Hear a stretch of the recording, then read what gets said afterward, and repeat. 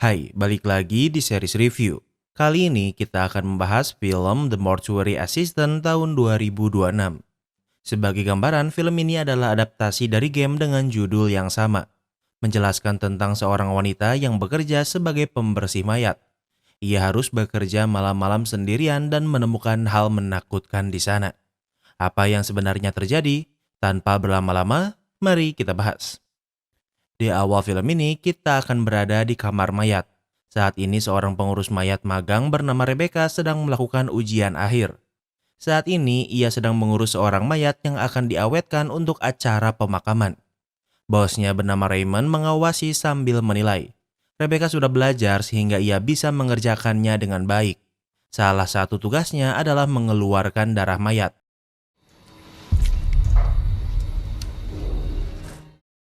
Raymond melihat jari mayat bergerak namun ia hanya diam agar tidak membuat Rebecca takut. Kemudian Rebecca menyuntikkan formalin ke tubuh mayat agar tidak membusuk saat pemakaman. Rebecca bisa menyelesaikan tugasnya dengan memuaskan. Kemudian Rebecca memindahkan mayat ke dalam lemari pendingin untuk sementara.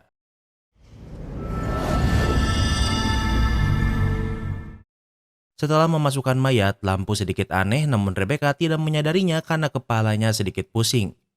Kemudian ia membersihkan meja operasi. Ia melihat ada cairan yang sudah sedikit dan sudah waktunya di-refill. Rebecca ingin pergi ke basement namun jalan ke sana sangat gelap sehingga ia ragu. Namun di saat yang sama Raymond muncul dari basement. Rebecca memberitahu kalau ia ingin refill cairan yang kurang. Raymond menjelaskan kalau tidak ada alasan bagi Rebecca untuk pergi ke basement. Raymond memberitahu kalau cairan yang Rebecca cari ada di atas dan ia tak perlu ke basement. Mendengar ini, Rebecca tidak jadi ke basement. Namun saat Raymond melihat ke bawah, ada makhluk menyeramkan yang sepertinya Raymond sembunyikan dari Rebecca. Kemudian Rebecca ke kantor Raymond. Ia melihat sebuah benda aneh di dalam kotak namun Rebecca tidak mempertanyakannya. Yang bekerja di tempat ini hanya Raymond dan Rebecca sehingga kita tidak akan melihat siapapun lagi. Untuk merayakan kelulusan Rebecca bekerja di sini, Raymond mengajak Rebecca merayakannya dengan minum-minum. Rebecca menolaknya karena ia tidak minum alkohol lagi. Untuk sekarang dan kedepannya, Rebecca akan mengurus mayat sementara Raymond akan mengurus sisi bisnisnya. Biasanya di mortuary, pihak keluarga diizinkan untuk melihat proses pengurusan mayat. Namun Raymond melarangnya karena suatu alasan. Raymond menjelaskan kalau hari dan jam kerja Rebecca juga akan konsisten kecuali di akhir pekan jika terjadi sesuatu yang spesial. Namun Rebecca akan bekerja di siang hari sementara Raymond akan bekerja di malam hari. Rebecca berkata ia tak memiliki masalah kalau ia harus bekerja di malam hari namun Raymond dengan tegas melarangnya. Alasan Raymond adalah ia tak ingin Rebecca kelelahan karena hanya mereka berdua yang bekerja di sini. Tiba-tiba Rebecca merasa pusing dan Raymond menyadarinya. Namun Rebecca menenangkannya kalau ia hanya merasa migrain. Biasanya di akhir pekan mereka akan libur namun jika ada mayat yang harus diurus mereka terpaksa harus bekerja. Untuk hari ini tugas Rebecca selesai. Rebecca pulang ke rumahnya dan ia tinggal sendirian di sini. Sementara itu Raymond masih berada di mortuary. Saat ini ia sedang berada di basement dan terdengar suara rantai yang sepertinya Raymond menyembunyikan sesuatu di sana. Kembali ke tempat Rebecca. Hari sudah malam dan Rebecca berencana pergi. Saat akan membawa tas, ia bingung kenapa meja makannya berantakan. Namun ia tak ingin memikirkannya karena harus segera pergi. Ternyata tempat yang Rebecca kunjungi adalah AA Club karena sekarang Rebecca merayakan setahun setelah berhenti minum alkohol. Rebecca menjelaskan sebelum ia berhenti minum-minum, ia takut pada segalanya. Hal ini membuat Rebecca menjauhi semua orang termasuk teman-temannya. Rebecca sadar kalau ia hanya takut menyakiti orang yang ingin membantunya. Hal paling berat baginya adalah menerima kalau ia telah menyakiti orang-orang yang ia sayangi. Itulah kenapa Rebecca sangat bersyukur telah bergabung dengan program ini karena ia tahu ia tidak melaluinya sendirian. Seorang perempuan bernama Kelly adalah pimpinan program ini. Kelly memberi Rebecca koin sebagai bentuk achievement karena telah setahun tidak meminum alkohol. Saat orang-orang memberi Rebecca tepuk tangan, perhatian Rebecca malah tertuju pada pria botak yang terus memandanginya. Setelah pertemuan berakhir, Kelly berkata kalau ia sangat bangga pada Rebecca. Kelly ingin Rebecca meneleponnya jika ia mulai gelisah dan ingin minum-minum. Kelly juga menyelamati Rebecca karena sudah bekerja di mortuary. Walau Kelly tak mengerti kenapa Rebecca bisa bekerja dengan mayat. Waktu berlalu, Rebecca tidak langsung pulang. Rebecca pergi ke sebuah tempat di mana biasanya orang-orang membeli obat-obatan terlarang. Namun Rebecca sudah membulatkan tekad untuk berubah sehingga ia tidak membeli apapun. Di saat yang sama, Raymond menelponnya. Walau Raymond sudah berkata kalau Rebecca tidak akan bekerja malam-malam, namun ada hal spesial terjadi. Malam ini, mortuary akan menerima beberapa mayat dan harus segera diurus. Masalahnya, Raymond tidak bisa ke mortuary sekarang sehingga ia ingin Rebecca mengerjakannya sendirian. Rebecca tidak mempermasalahkannya dan akan ke mortuary sekarang juga. Waktu berlalu, Rebecca sudah sampai di mortuary. Saat ini pintu ke basement sudah terbuka. Tak hanya itu, tempat untuk kremasi juga menyala. Namun yang paling aneh adalah lemari es untuk mayat yang menutup sendiri. Semua kejadian ini tidak Rebecca sadari saat ia sampai. Rebecca hanya harus mengikuti instruksi. Embalming and cremation? Why do I need to do both? Namun ada satu hal yang membuatnya bingung karena malam ini ia harus melakukan pengawetan mayat lalu mengkremasinya. Rebecca tidak peduli karena yang harus ia lakukan hanyalah mengikuti perintah. Yang pertama ia lakukan adalah mengeluarkan mayat dari lemari es. Agar tidak terlalu sepi, Rebecca menyalakan musik. Sepertinya mayat yang datang kali ini meninggal karena kecelakaan. Tubuh bagian sampingnya bolong bahkan sampai ususnya keluar. Dengan teliti, Rebecca memotong usus yang keluar lalu menutup kembali luka itu dengan staples khusus. Di tubuh mayat ini ditemukan banyak luka yang terlihat lumayan masih baru. Kemudian Rebecca membersihkan kulit mayat walau ia bingung kenapa ia harus melakukannya kalau pada akhirnya mayat ini juga akan dikremasi. Namun walau tidak masuk akal, Rebecca akan tetap melakukannya termasuk menyuntikkan formalin di tubuhnya. Setelah tugas pertamanya selesai, kepala mayat bergerak namun Rebecca tidak menyadarinya. Tak hanya bergerak namun matanya juga terbuka tanpa Rebecca sadari. Setelah mengerjakan pekerjaan fisik, tentunya sekarang Rebecca harus mengerjakan tugas administrasi. Setelah itu, sesuai arahan, Rebecca langsung mengirim mayat untuk dikremasi. Saat ini di luar sedang hujan lebat. Namun saat melihat keluar, ternyata Rebecca meninggalkan mobilnya dengan pintu terbuka padahal sebelumnya ia yakin meninggalkannya dalam keadaan tertutup. Kemudian Rebecca kembali ke bangunan. Saat berada di gudang, Rebecca merasa pusing dan migrainnya semakin parah. Namun saat tersadar, ia tiba-tiba sedang duduk padahal sebelumnya sedang di gudang. Di saat yang sama, telepon berbunyi. Rebecca mengangkatnya dan ternyata itu adalah Raymond yang menanyakan kabarnya. Rebecca menjelaskan kalau ia baru akan mengerjakan mayat kedua. Raymond berkata jika Rebecca butuh apapun, ia bisa meneleponnya walau sekarang larut malam. Ternyata saat ini Raymond sedang berada di sebuah tempat. Sepertinya ia sedang menggambar sesuatu di perutnya. Kembali ke tempat Rebecca. Rebecca membawa mayat yang akan ia urus selanjutnya. Tiba-tiba lampu mati sehingga tempat ini gelap. Tanpa Rebecca sadari kalau tangan mayat ini bergerak. Saat ini ponsel Rebecca hampir kehabisan baterai. Ia pergi ke kantor Raymond untuk mencari charger. Ia tak menemukan charger namun melihat sebuah kotak tua. Ia memeriksanya namun isinya hanya sebuah kertas tua. Rebecca membakar kertas itu sebagai sumber pencahayaannya. How did you do that? Saat kembali, Rebecca melihat tangan mayat yang keluar dari tempatnya. Ia mengembalikannya seolah itu normal. Tanpa disadari ada simbol aneh yang muncul di dinding. Dan lagi-lagi Rebecca tidak tahu kalau mayat di balik selimut sedang tersenyum menakutkan. Untuk mayat ini, tugas Rebecca hanya untuk mengkremasinya sehingga tugas kali ini sangat mudah. Ingat, ada beberapa mayat yang datang dan sekarang Rebecca mengurus mayat lain. Mayat kali ini adalah seorang perempuan. Rebecca bukan seorang dokter forensik sehingga tugasnya bukan untuk mencari tahu penyebab kematian. Namun melihat mayat ini dipenuhi luka, tentu Rebecca juga merasa kasihan. Di saat yang sama, Rebecca mendengar suara ketukan. Ia pergi memeriksanya dan lagi-lagi tanpa disadari mayat ini juga bergerak. Rebecca pergi ke dekat kantor Raymond. Ia melihat sosok gelap dengan mata berwarna merah yang memperhatikan dari kejauhan. Saat Rebecca memalingkan pandangan, makhluk itu pun menghilang. Rebecca pikir kalau mungkin ia salah lihat. Namun saat akan kembali bekerja, tiba-tiba mayat yang sedang ia urus menghilang dari meja. Tentu kali ini Rebecca sadar kalau ia tidak mungkin salah lihat. Di saat yang sama, telepon kembali berbunyi. I can't hear. Rebecca mengangkatnya di ruangan Raymond, namun yang menelepon bukan Raymond. Seseorang menyalahkan Rebecca atas sesuatu yang terjadi padanya dan hal ini membuat Rebecca panik. Telepon kembali berbunyi namun kali ini Rebecca enggan untuk mengangkatnya. Saat melihat tangannya, entah dari mana tangannya dipenuhi darah. Telepon terus berbunyi dan Rebecca semakin panik. Namun saat ia membuka jasnya, semua darah itu menghilang karena itu hanya ilusi. Namun telepon masih berbunyi yang artinya ini nyata.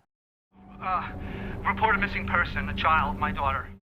Rebecca mengangkatnya dan kali ini dengan suara yang sama pria ini seperti sedang melapor polisi kalau anaknya menghilang. Rebecca sadar kalau suara ini adalah suara ayahnya. Ternyata saat berusia 14 tahun Rebecca pernah menghilang dan telepon ini dibuat ayahnya saat mencari Rebecca. Tiba-tiba Rebecca pusing dan pingsan, namun saat jatuh, ia jatuh di kasur rumahnya. Rebecca terbangun dan ia bingung kenapa ia ada di sini karena ia sama sekali tidak ingat pernah pulang. Ia ke kamar mandi dan mendengar suara orang mengetuk pintu. Rebecca membukanya dan cermin di kamar mandi tiba-tiba mengembun lalu muncul tulisan "Biarkan aku masuk". Sementara Rebecca tidak ingin membuka pintu namun ternyata itu adalah Kelly. Rebecca mengizinkannya masuk dan memberitahu kalau ia tak ingat pernah pulang dan karena itulah ia panik.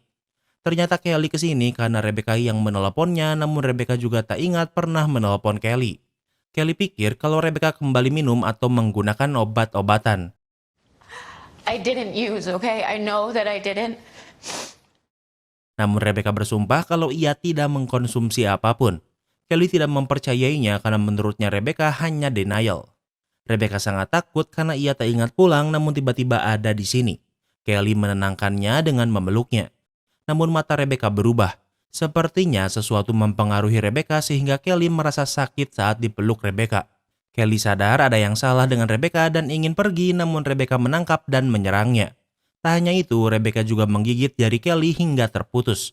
Tak cukup sampai di situ, Rebecca juga membunuh Kelly dengan menusuk kepalanya yang menembus ke otak dengan pembuka botol wine. Tak lama kemudian Rebecca mendapatkan kembali kesadarannya. Ia semakin panik melihat Kelly yang sudah meninggal. Kemudian Rebecca menelepon Raymond namun sepertinya Raymond sudah menunggu telepon ini. Rebecca menjelaskan kalau ia telah melakukan hal yang sangat buruk. Rebecca tidak tahu namun entah bagaimana sekarang ia tiba-tiba ada di rumah. Raymond meminta Rebecca untuk kembali ke mortuary secepatnya. Rebecca tidak ingin kembali ke sana karena ia pikir di sana menakutkan. Raymond berkata kalau ia tahu yang dialami Rebecca menakutkan namun ia bisa menjelaskan segalanya. Rebecca kaget mendengar kalau Raymond tahu ada hal buruk di sana namun membiarkan Rebecca sendirian di sana. The mortuary is actually the safest place for you to be right now. Rebecca tidak lagi mempercayai Raymond namun Raymond berkata kalau mortuary justru adalah tempat teraman untuk Rebecca sekarang. Jika Rebecca di luar itu bisa berbahaya untuk orang di sekitarnya. Rebecca masih tidak mempercayai Raymond namun tanpa ia sadari mayat Kelly tiba-tiba bangkit lagi. Raymond berkata kalau apa yang akan ia katakan sulit dipercaya namun ini adalah satu-satunya cara agar Rebecca bisa selamat. Rebecca melihat mayat Kelly yang mendekat sehingga ia melarikan diri. Namun saat keluar ia bertemu dengan Kelly yang baru sampai. Rebecca semakin pusing dan juga takut. Ia tak ingin hanya diam di rumah sehingga ia tak punya pilihan lain selain pergi ke rumah Raymond karena ia tak ingin sendirian di mortuary. Kemudian mereka berdua ke mortuary. Raymond menjelaskan kalau ada makhluk yang akan mencoba mempengaruhi Rebecca. Caranya adalah dengan mengeksploitasi hal buruk yang pernah Rebecca lakukan. Alasan kenapa ini terjadi karena makhluk ini sangat mudah memasuki mayat. Namun bagi mereka, mayat adalah penjara sehingga makhluk ini akan mencoba merasuki manusia hidup yang cukup kuat untuk menahan kekuatan makhluk ini. Selama ini banyak orang yang datang namun tak pernah dirasuki karena tubuhnya lemah. Namun tubuh Rebecca cukup kuat untuk menampungnya. Alasan Raymond tidak memberitahu ini dari awal karena ia tidak ingin menakut-nakuti Rebecca karena ia tidak tahu apakah tubuh Rebecca cukup kuat atau tidak. Iblis ini tahu segalanya tentang Rebecca, sehingga ia akan melakukan segalanya untuk membuat Rebecca lemah sampai Rebecca tidak memiliki pilihan lain selain menurut. Masalahnya yang bisa melindungi Rebecca adalah dirinya sendiri. Yang bisa Raymond lakukan hanyalah mengajari cara yang ia ketahui. Untuk mengirim iblis ke neraka, ia harus tahu nama iblis itu. Nama asli iblis tidak bisa disebutkan, namun bisa menggunakan beberapa simbol untuk menggantikannya. Rebecca harus mencari simbol yang benar yang mewakili nama iblis itu. Lalu benda ini harus dimakan tubuh yang dirasuki iblis. Ini adalah pertama kalinya Raymond harus menjelaskannya pada orang lain sehingga ia sulit menjelaskannya. Namun Raymond sudah merekam dirinya sendiri. Tiba-tiba Rebecca kehilangan kesadarannya. Saat ini Rebecca sudah dirasuki. Raymond tidak takut walau saat ini ia sedang berhadapan dengan iblis. Biasanya Raymond menjebak iblis ini di mayat lalu membakarnya. Namun karena iblis ini merasuki Rebecca, tentu ia tak bisa membakar Rebecca begitu saja.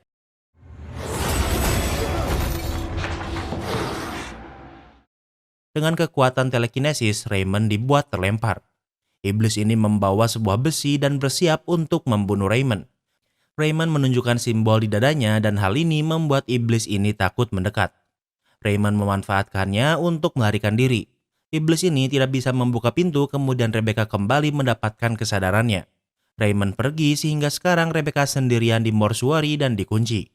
Rebecca melihat sosok iblis yang mengincar tubuhnya. Rebecca mencoba melarikan diri, namun semua jendela dan pintu keluar dikunci. Rebecca mencoba menelepon, namun teleponnya tak terhubung. Kini Rebecca harus mencari penjelasan sendiri. Rebecca mendengar suara neneknya sehingga memeriksanya. Ia melihat neneknya di luar jendela yang memohon untuk dibiarkan masuk. Rebecca tahu kalau ini tidak nyata sehingga tidak membuka jendela. Di belakangnya kini ia melihat ayahnya. Ayah Rebecca sudah meninggal dan ingat kalau iblis ini akan menggunakan ketakutan Rebecca untuk membuatnya lemah.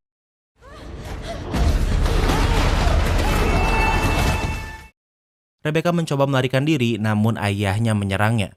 Paha Rebecca ditusuk ayahnya berkali-kali, namun yang sebenarnya terjadi adalah Rebecca menusuk pahanya sendiri. Ingat, mayat sebelumnya yang Rebecca urus juga memiliki luka sayatan yang mirip. Jadi mungkin itu juga adalah ulah iblis ini. Rebecca kembali mendapatkan kesadarannya, namun luka di pahanya nyata. Ia masih melihat ayahnya yang mendekatinya sehingga dengan ngesot, Rebecca berlindung di ruangan lain. Saat ini Rebecca sedang berada di ruangan lemari es tempat biasanya mayat disimpan. Rebecca mengintip dan tidak melihat siapapun lagi. Namun mayat terakhir yang ia urus kini kembali ke meja. Kini Rebecca sangat defensif. Ia kesini untuk membawa obat untuk mengobati luka di pahanya. Menjahit luka sendiri tanpa bantuan obat tentu sangat menyakitkan.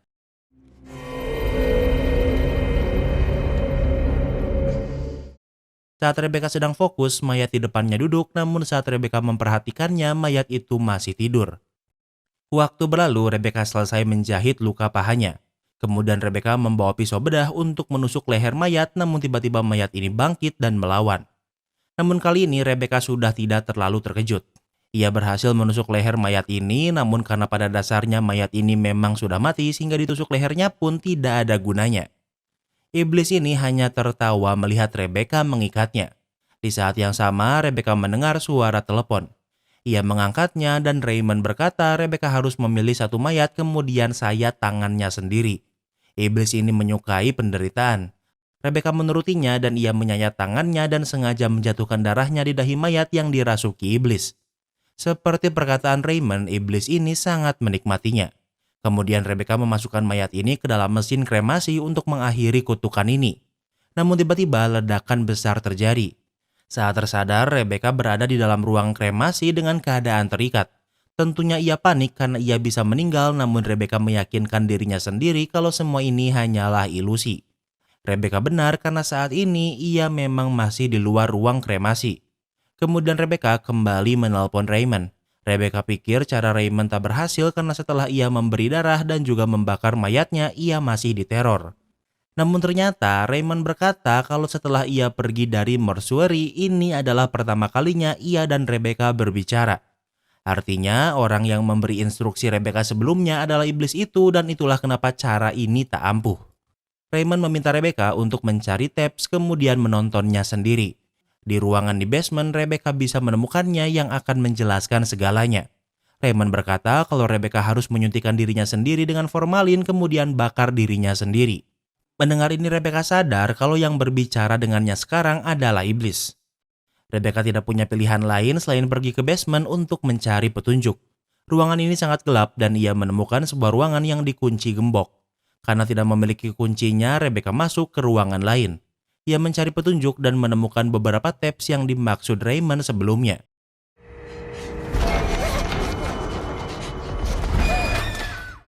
Tiba-tiba barang-barang di ruangan ini berterbangan sehingga Rebecca dengan cepat pergi.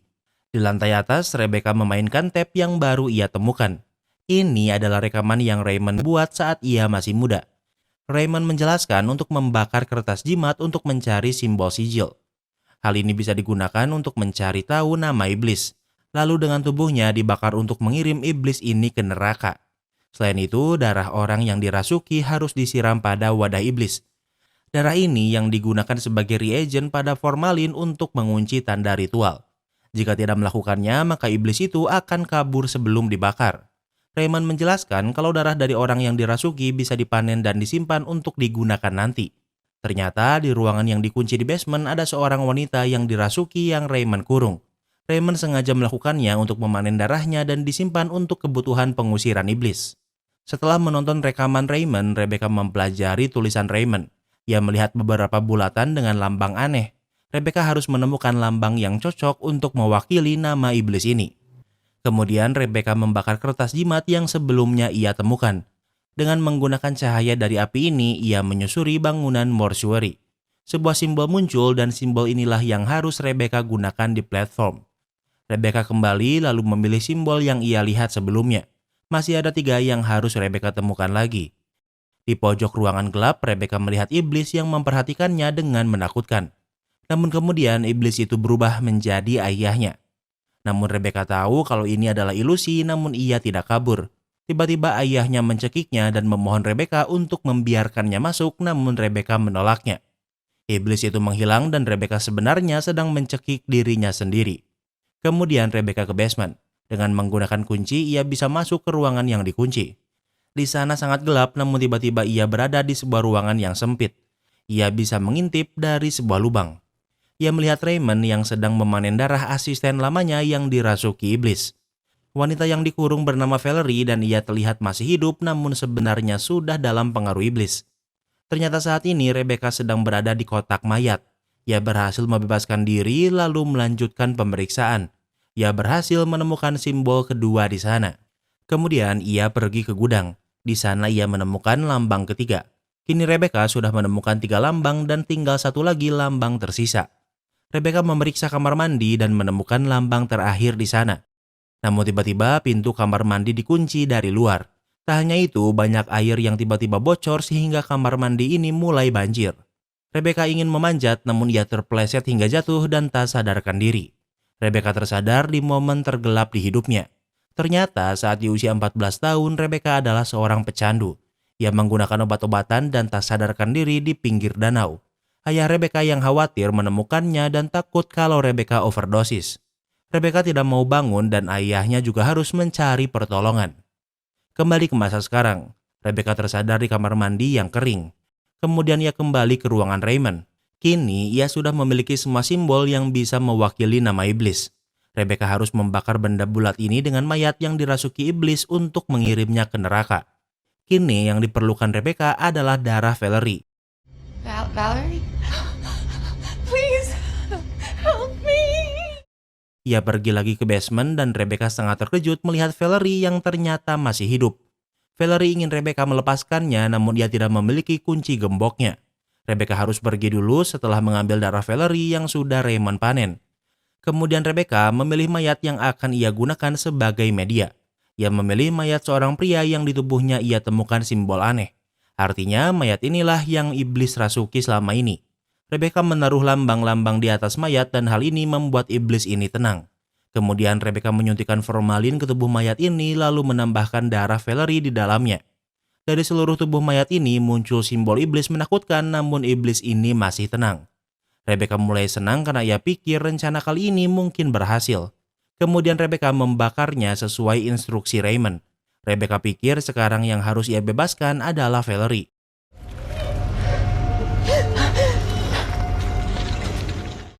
Namun saat akan ke basement, ia melihat sosok iblis menyeramkan di bawah. Rebecca pikir kalau ritualnya sudah berhasil namun ternyata tidak. Iblis ini muncul di belakang Rebecca kemudian mendorongnya hingga jatuh. Rebecca tak sadarkan diri dan iblis ini sudah sangat dekat dengan Rebecca. Rebecca kembali mengingat saat ia overdosis. Ayahnya ingin mencari bantuan namun ia melihat iblis di depannya. Karena terkejut ia jatuh dan kepalanya terbentur batu dan meninggal di tempat. Di saat yang sama Rebecca terbangun dan melihat ayahnya yang sudah meninggal. Ini adalah penyesalan terbesar dalam hidup Rebecca dan ingatan inilah yang iblis gunakan untuk melemahkannya. Kemudian Rebecca kembali tersadar di masa sekarang. Ia melihat ayahnya namun dengan cara berbeda. Rebecca belum sempat meminta maaf dan sekarang ia mengatakannya. Ayahnya tidak ingin Rebecca merasa bersalah karena ia hanyalah anak kecil waktu itu. Ayah Rebecca ingin Rebecca tidak terus merasa bersalah atas kematiannya. Tentu Rebecca tidak bisa melakukannya. Namun ayahnya tidak ingin setiap Rebecca mengingatnya, yang ia ingat hanyalah kenangan buruk itu. Kemudian Rebecca tersadar di ruang operasi dan sekarang hari sudah terang. Rebecca pikir semuanya memang sudah berakhir, namun ia mendengar suara Valerie dari basement. Rebecca memeriksanya dan ingin membebaskan Valerie dengan bolt cutter. Saat Valerie terbebas, Rebecca melihatnya sudah dipenuhi luka. Namun Valerie yang asli sudah hilang karena yang ada di tubuh Valerie ini hanyalah iblis. Iblis ini menyerang Rebecca, namun untungnya Raymond datang tepat waktu. Dengan simbol di tubuh Raymond, iblis ini tidak bisa melawan sehingga iblis ini berhasil kembali dikurung. Rebecca sangat takut pada Raymond, namun Raymond bisa menjelaskannya. Raymond meminta maaf karena Rebecca harus mengalami ini sendirian. Namun ini adalah salah satu pekerjaan mereka yang tidak ada yang memperingatkannya. Rebecca bertanya sejak kapan Raymond mengurung Valerie. Raymond menjawab kalau Valerie sudah lama meninggal dan yang ada di bawah adalah iblis. Ingat, salah satu syarat ritual adalah darah orang yang dirasuki dan itu adalah darah Valerie. Tanpa darah itu mereka tidak bisa melakukan ritual. Bahkan sebelumnya Rebecca juga menggunakan darah Valerie dan berhasil. Mereka tidak bisa mengembalikan Valerie, namun juga tidak bisa membunuh tubuh Valerie karena mereka butuh darahnya. Raymond sudah mencari cara bertahun-tahun untuk mengembalikan Valerie, namun tak bisa melakukannya. Namun yang ia temukan adalah untuk menghentikannya. Dengan darah Valerie, Raymond bisa menghentikan kematian lain yang diakibatkan iblis. Itulah alasan kenapa Raymond tidak mengizinkan keluarga jenazah untuk berkunjung karena akan berbahaya bagi mereka. Dengan bantuan Rebecca, mungkin mereka bisa mencari cara lain. Kondisi Raymond sama seperti Rebecca. Jika mereka lari, semuanya tinggal menunggu waktu sampai mereka bertemu iblis lain. Jika Rebecca di sini, mungkin mereka bisa saling menjaga. Rebecca tidak akan bisa terbebas dari incaran iblis dan ia harus belajar hidup dengan itu. Rebecca tidak ingin hidup seperti ini. Namun saat ia keluar mortuary, ia melihat iblis dengan sangat jelas. Iblis ini tentunya mengincar Rebecca sehingga Rebecca sadar kalau Raymond benar. Ia memutuskan untuk tetap bekerja di mortuary dan dengan begitu film ini pun berakhir. Kini kita masuk ke sesi rating. Yang pertama adalah tema. Awalnya Mimin pikir film ini bakal mirip kayak The Autopsy of Jane Doe, tapi ternyata beda banget. Buat yang kurang paham, inti dari film ini adalah Rebecca memiliki tubuh spesial yang bisa menjadi wadah untuk iblis seperti Valerie. Iblis akan menggunakan ketakutan terbesar targetnya untuk melemahkannya. Valerie kalah dan itulah kenapa sekarang tubuhnya dikuasai iblis walau Raymond mengurungnya. Karena di dunia ini tidak hanya ada satu iblis, Rebecca akan terus menjadi target iblis-iblis ini. Agar ia tak lemah, ia harus belajar menghilangkan rasa bersalahnya agar tak mudah goyah. Mimin suka temanya, jadi untuk tema Mimin kasih rating 8/10. Yang kedua adalah logika. Yang Mimin kurang suka di film ini adalah kurang dijelasinnya ritual. Bagaimana Raymond bisa tahu semua ini dan efektivitasnya yang kurang jelas. Kalau lambangnya dibakar kan pasti ikut terbakar, apa masih ada penggantinya? Karena iblis ini menggunakan ketakutan Rebecca, membuat serangan iblis ini lebih bersifat psikologi, jadinya agak pusing bedain kenyataan dan bukan. Dan kalau Rebecca terlahir dengan tubuh yang kuat, kenapa masalah iblis ini baru terjadi sekarang? Menurut Mimin, terlalu banyak unsur iblis dan ritual yang tidak dijelaskan, jadi untuk logika, Mimin kasih rating 6/10. Yang ketiga adalah plot twist. Twist terbesar di film ini adalah ternyata tubuh Rebecca kuat untuk menampung iblis hingga diincar banyak iblis. Iblis bisa menguasai mayat dengan mudah, namun itu malah terasa seperti penjara. Sehingga iblis akan memburu tubuh Rebecca untuk dijadikan wadah. Twistnya gak begitu kuat, jadi untuk plot twist Mimin kasih rating 7/10. Yang keempat adalah ending. Di endingnya kita melihat iblis lain dengan sangat jelas. Yang Rebecca bunuh hanya satu iblis, namun Rebecca harus hidup dan diburu iblis selamanya. Rebecca tidak bisa selalu berlari sehingga memilih tetap di mortuary untuk melawan rasa takutnya. Namun karena endingnya masih sama saja, hal ini membuat perjuangan Rebecca semalaman terasa tidak ada hasilnya. Ini bukan bad ending, tapi Mimin kurang suka aja. Jadi untuk ending, Mimin kasih rating 6/10. Yang kelima adalah entertainment value. Film ini awalnya vibe-nya mirip The Autopsy of Jane Doe, salah satu film horor favorit Mimin. Cuma masalahnya unsur misteri dan horor di film ini kurang dapet. Twistnya juga biasa aja dan endingnya juga Mimin gak suka. Di sini juga banyak jump scare gantung karena Rebecca tidak sadar. Secara feel horor dan misterinya kurang dapet, jadi kayak nanggung aja. Mimin gak mainin gamenya, jadi cuma bisa menilai berdasarkan film ini. Jadi untuk entertainment value, Mimin kasih rating 8/10. Jadi overall rating The Mortuary Assistant tahun 2026 adalah 7. Apa kalian setuju sama rating Mimin? Jangan lupa like video ini kalau kamu suka dengan video ini dan jangan lupa juga cek video kita lainnya. Terima kasih sudah menonton dan sampai bertemu lagi di film berikutnya.